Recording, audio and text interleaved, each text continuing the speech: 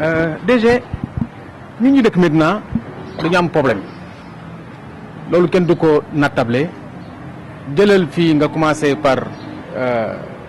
ci rond point bi dem ba rond point poste di nga santi ne pratiquement boobu benn exemple rek laay joxe ne amatuñu trottoir donc suñu cadre de vie laisse à désirer pollution sonore bi bëri na c'est un problème donc en fait pour juste dire que suñu cadre de vie dafa nekk cadre de vie bu non seulement vétusté am na ci kër yi cadre de vie bi c'est vrai c'est pas du tout cadre de vie boo xam ne dafa reluisant bu la yàlla joxoon nga nekk au destiné de la commune yan grand changement ngay def pour que nga mën a delloo citoyens yi nga xam ne ñun Médinois lañu ñu am trottoir bu ñuy dox parce que doxatuñ trottoir ñun ak oto yi ñoo bokk tali bi mu nekk loo xam ne vraiment problème la. benn problème bi ku dëkk fii dëkk Marché Tilène boo fa dee nga gis ne Marché Tilène c'est un problème c'est même catastrophe écologique la bientôt pour le dire parce que vétusté bi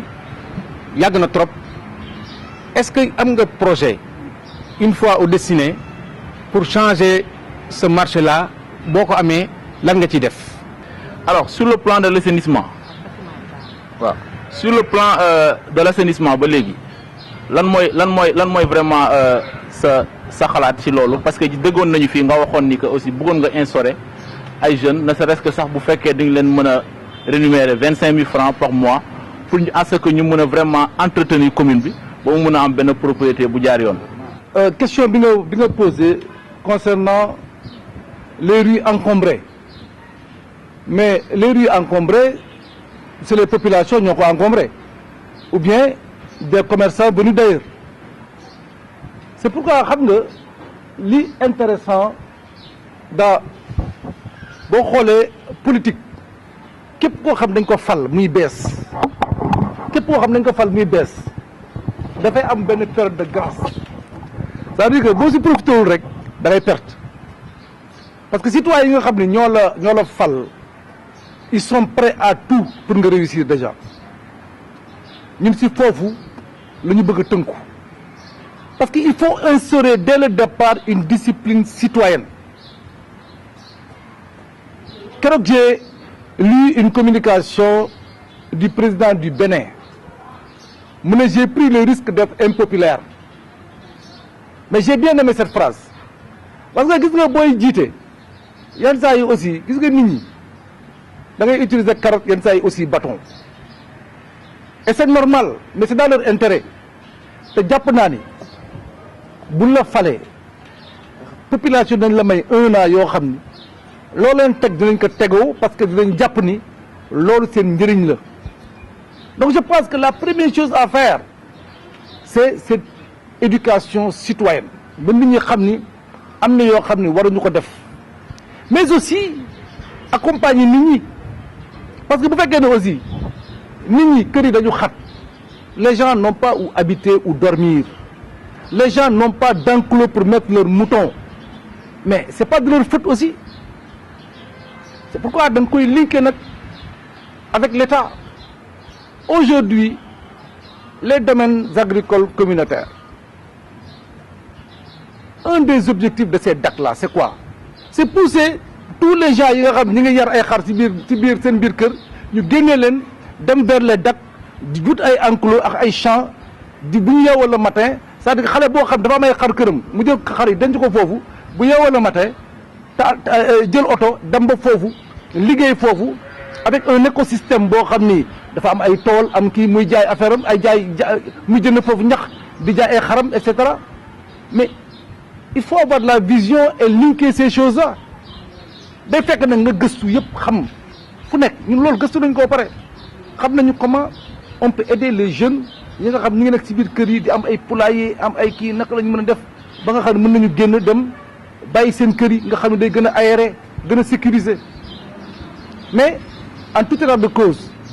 il faut une éducation citoyenne sinon ça ne marche pas te loolu dinañ ci dox maintenant ñu nag maintenant luñ dëkk vraiment man mii di wax ak yéen j'aime bien ñëw toog ci mbedd mi taxaw toog waxtaan et cetera bon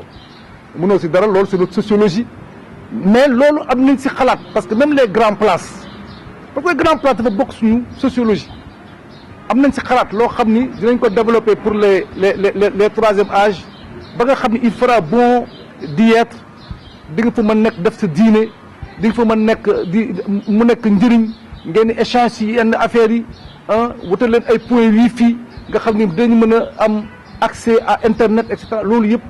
ñu ngi koy gëstu te nekk suñu programme incha allah donc loolu aussi bon il faut ñu sóoraale ko la Médina est un quartier où s'il fait bon vivre c'est parce que les gens sont toujours ensemble on est dehors loolu moo ñu neex mënuñu si dara man ni loolu moo mu neex donc là on va réfléchir pour comment nous conformer à tout ça. Alors Sidibé a parlé de litige foncier waaw problème marché Tilène noo ko fàtte mais marché Tilène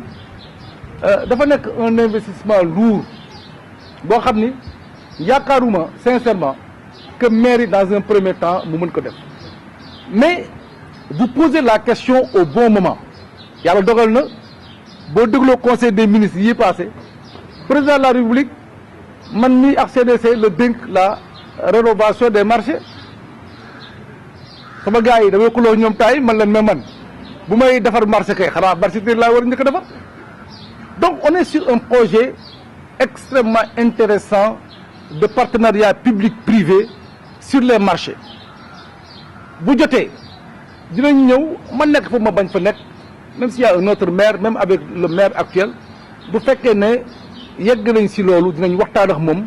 pour xool naka la ñu mën a transformer le marché Tilène mais loolu ñu ngi siy waxtaan ak ay bailleurs au niveau de la caisse des dépôts et consignations bis bu ñu amee vraiment une visibilité sur ça dinañu ñëw essayer ko defar parce que ça demande un investissement extrêmement lourd ça c'est la vérité mais aussi ça demande des concertations avec les commerçants il faut ñu waxtaan ak ñoom wax leen fu ñu jëm ñu d'accord si ñu door a avancer sinon ça marche pas loolu yëpp ñu ngi koy sóoraale voilà alors sur les litiges Sidibé ba xaw ma ban litige foncier la parce que Médina en général y a pas de litige foncier kër yi xam nañ ku nekk ko moom c'est pas là le problème mais non beneen problème moo am Médina et ça encore une fois nee naa la ça c'est tout un programme c'est que Médina dañu war a repenser l'utilisation de l'espace repenser l'architecture etc. mais est-ce que tu sais que ñun Médina on a le plus beau boulevard de ce pays boulevard Centenaire lan moo ko dàq si bañ ngeen ko ba président bu bëggee def 4 avril fa la koy 4 avril mais il faut qu'on réfléchisse il faut qu'on change ce qui se passe là-bas. Ensuite je l'ai écrit bind naa ko Médinois bu nekk mais je donne l'exemple de cette maison là kër gi ñu nekk nii xam ngeen kër gi gis ngeen ni mel ni kër gi xam ngeen ñaata la jar kër gi mënoo ko am à moins de 600-700 millions c'est pas possible kër gi fi ngeen nekk nii et c'est partout pareil la Médina attention la Médina est moo nekk diggante le plateau et les quartiers résidentiels et la vocation de la Médina mooy mu transformer wu en quartier résidentiel la Médina est le quartier le mieux lotissé de ce pays Médina rek nga naan damay dem rue 22 angle 23 nga dem mais sinon ay robinet Dial Mbaye la lay wax ak ay boulangerie jaune ak ay dugg ni fi génn bi dañoo wax dëgg ñun on a un très beau quartier tout est bien clair xam nañ ko maintenant il faut avoir un système boo xam ni di nga permettre aux habitants de la Médina ñu développer lu ñu am je l'ai écrit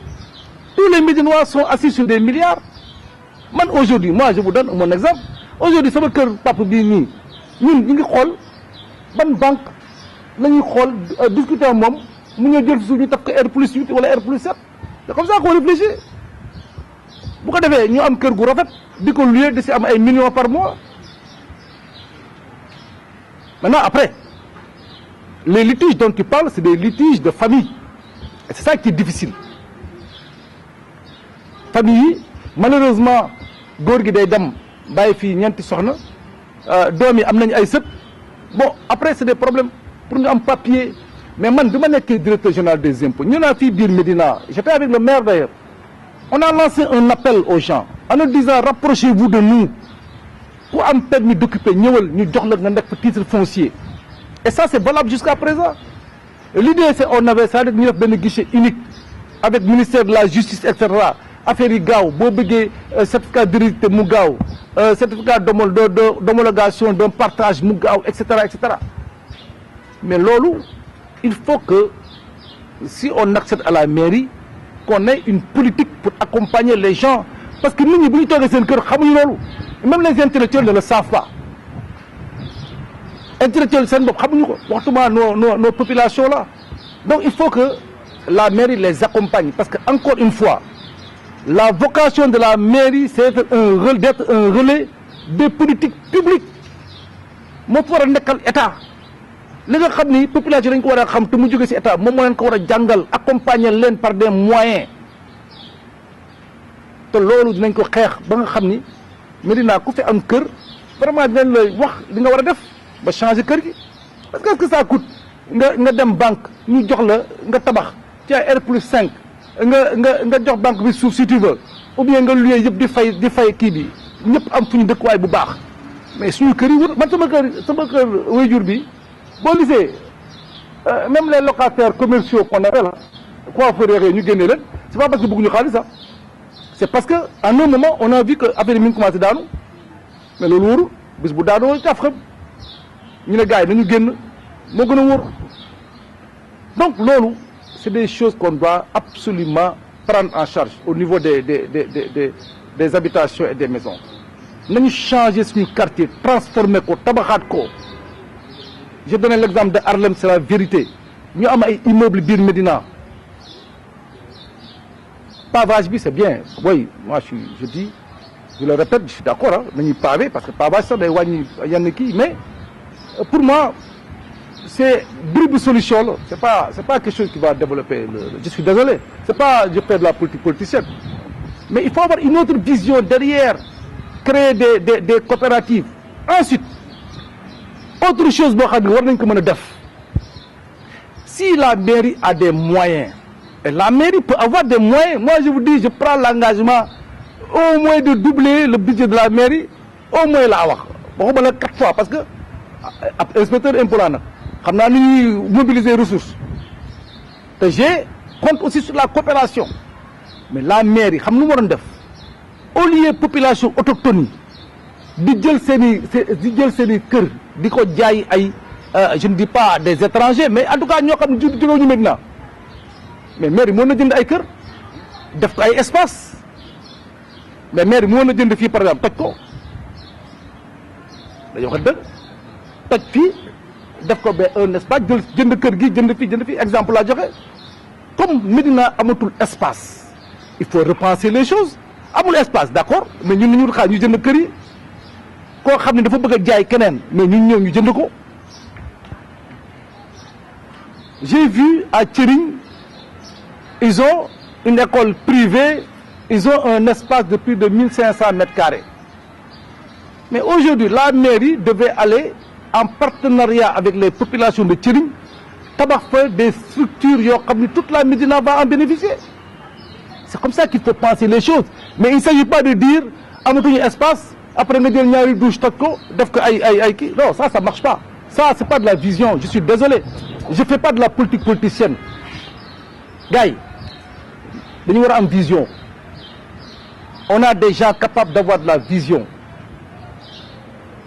le problème c'est pas toj fii les gens qui sont des enseignants ñuy jàngal xale yi école de la seconde chance et cetera c'est tout un programme qu'il faut mettre en place dugal ko ci site internet nag xale bu jug mag bu jug boo bësee bouton xam ne man am naa conseiller boo xam ne mi ngi tudd Alioune Diop bu ma demee si moom mën na ma expliquer fan laa mën a jaar et cetera mais mënoo ko fi mu nekk nii kenn mënu ko tu ne connais pas les prestations de kii alors bis bu jotee nag nañ ko wax parce que on a quand même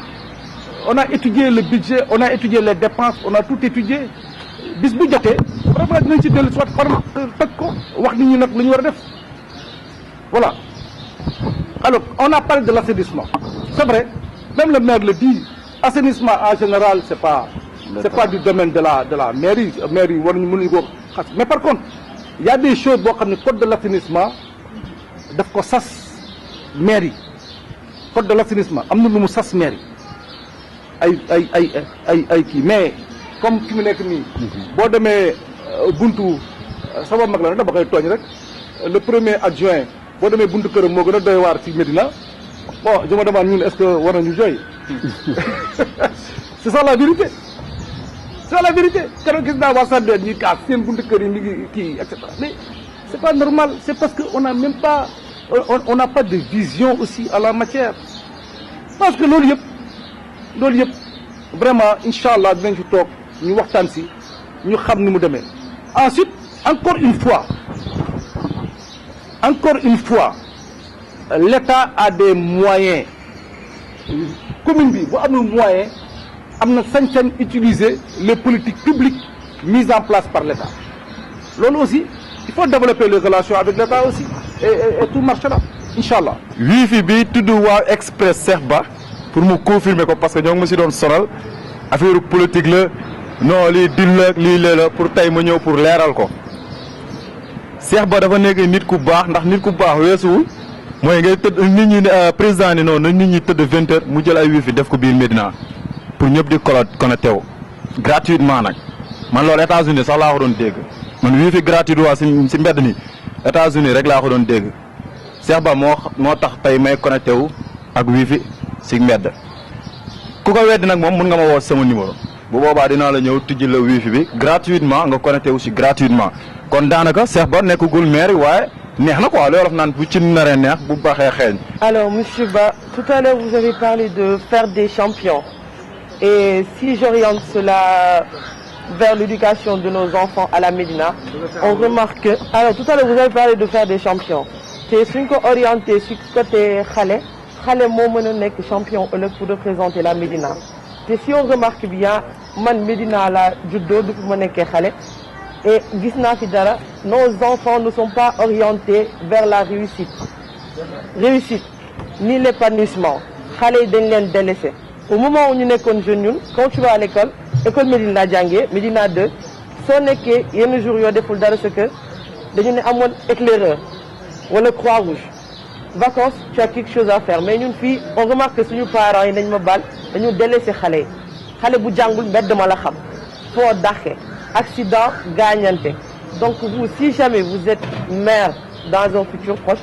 qu'est-ce que vous proposez si côté boobu noonu pour xale ñu écarter leen si danger boobu ñu nekk ñu am beneen vision si seen vie que ñu sànni leen si mbedd mi. waaw la première question concernait le wifi alors may fàttali ne wifi bi ñu def vraiment nous sommes en phase de test en réalité commencé guñ ko l'idée c'est vraiment ñu def ko dans un premier temps mu gratuit et deuxièmement mais dañ koy jaay après parce que li ñu bëgg mooy que des enfants de la Médina en profitent ñi ko war a jaay ay doomu Médina la ñuy doon mais nag ci njëg loo xam ne dañ koo négocier man ma subventionné ko mu nekk njëg bu yomb loolu il faut nit ñi comprendre ko bis bi ñu koy commencé véritablement dinañ ko wax mais ndox bi nga xamee ni commencé ngeen koy utiliser et c'est une bonne chose vraiment c'est une bonne chose maintenant est-ce que c'est fait à des fins politiques vraiment ñun ku ñu xam ku ne xam ni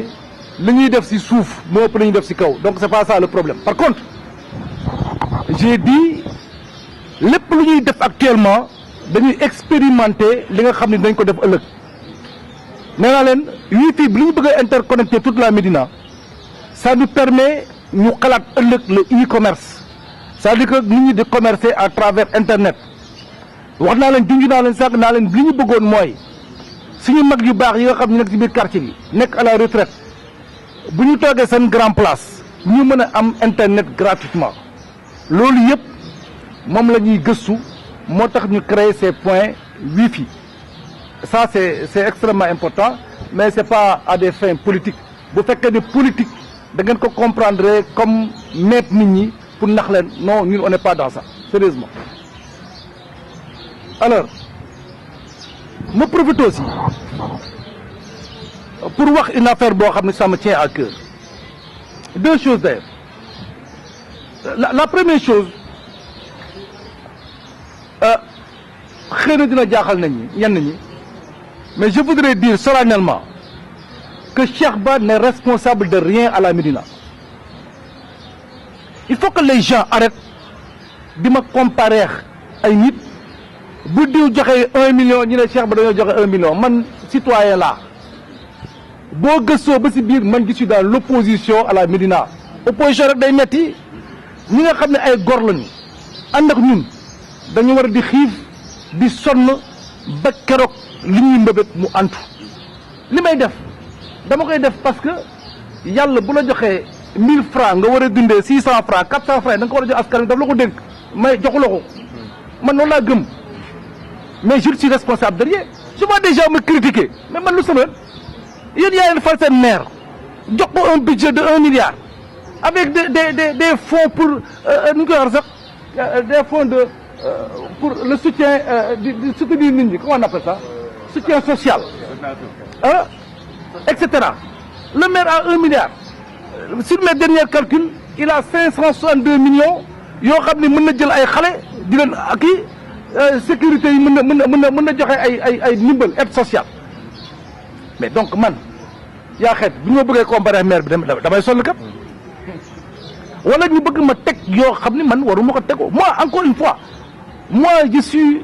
comme Gallo ñun ñaar ay citoyens lañu qui se battent pour accéder au pouvoir prendre li nga xam ñun ñëpp ñoo ko bokk et l'utiliser lépp lu ma si teg rek sama coobare bopp la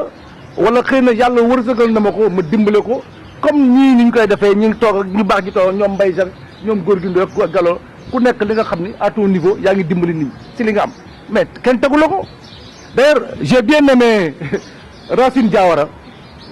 un jeune talentueux vraiment keroog bu def émission bu rëy mu ne man maire bi dañu war a décerner prix man Cheikh Ba parce que en réalité commission sociale bi man maa ko yore c'est la vérité mais c'est la vérité il a raison man xam naa li may daj biir Médina ñu xeeb ko ñu néewal ko ak lu ñu mënti def man xam naa li may daj biir Médina tous les jours xam naa sama gars yi li ñuy daj biir Médina tous les jours waxuma bu du woon ñun làmbaay ñaaw parce que nit ku nekk sa wërsëg ñun avant ñuy ñëw yàlla dafa doon may nit ñi c'est vrai comme li ma wax gars yi ma leen bu tabaski jotee mën naa may ay xar mais nit ñi dañu am xar avant may ñëw avant may ñëw nit ñi dañu am xar di dund y a aucun problème xëy na aujourd'hui koo may xar xëy na dina am leen lu mu fayee luyaas xëy na loolu dimbali nga ko si mais il faut que les gens arrêtent de considérer que Cheikh Ba il a des obligations de résultats j'ai pas d'obligation de résultats je le dis à haute et intelligible voix mais j'ai l'obligation morale d'aider mes concitoyens kooku moo xam naa ko da ngay gis ku dem dëj ñëw na ma ah diw de ñëw na fa joxe na 500 yow ñaan ngay jox pourquoi man bu ma joxee c'est parce que kooku séq naa ko ak moom yéene naa ko ko mais joxewuma par rapport ak keneen lu mu joxe nañoo ko dëgg gis naa ne ñoo xam sax nee na jox ñu koy xeeb yaa xeet nañ ma jox mairie bi ñu xool voilà donc loolu c'était un problème qu'il fallait régler alors may leeral kenn am na ko wax ni Médina ay titres fonciers dañ fi bëri non loolu problème la Médina permis d'occuper yi ñoo fi ëpp te man wax naa Médina waxaat leen ko bi ma nekkee directeur général impôt nee naa leen jël leen seen permis d'occuper yi ngeen dem changer ko en permis en titre foncier mais loolu c'est un problème d'accompagnement dinañ ci gën a yee nit ñi s'il le faut sax ñu def ci benn webinaire wala ñu def ko même actuellement ñu def ko pour que nit ñi gën a comprendre li ñuy wax y a aucun problème alors mademoiselle Nia a parlé de champion quand je parle de champion moi je parle des gens yi nga xam ne ñu ngi liggéey ba pare dama ni boo jëlee ñaari menuisier ñu war a jënd machine boo xam ne 800000 lay jar nga jox ku nekk 500000 kenn du si jënd machine da nga jël 1 million jox ko kenn bu doon jënd machine daal di woo keneen ne ko kaay ñu bokk ñu liggéey wala et cetera kooku tu crées un champion koo xam ni xale yi dañ koy def royukaay koo xam day recruter xale yi ngeen signer avec la mairie des conventions de recrutement et de formation kooku bu jógee moom si boppam mooy jëndal xar nit ñi parce que léegi am na oto léegi il a réussi mais il va savoir que ni on l'a aidé moo tax bu réussir donc day dimbaliwaat nit ñi c'est comme ça qu'il faut faire on crée des champions xale yi les parents malheureusement ils n'ont pas démissionné dañ see mënatul dara parce que les parents sont dans un tel état de pauvreté yenn saa yi tal nañu dem wuti lu ñu jox añ wuti lu ñu joxe reer mais éducation bi dafa sooxe tu as parfaitement raison mais en ce moment là ñun on crée d'autres mécanismes man nee naa la ñun depuis 3 ans 4 ans ñu ngi entraîné à la gestion de la mairie j'ai recruté ici 100 jeunes 100 keroog ba ma leen gisee ma yóbbu leen hôtel ñu toog xale yi ñëpp sol seen tenue yore seen fourchette seen paaka di lekk dama jooy wallahi dama jooy dama ne man bu ma yeewaan dem ba maa ko sama doom dama naan jug dem ba point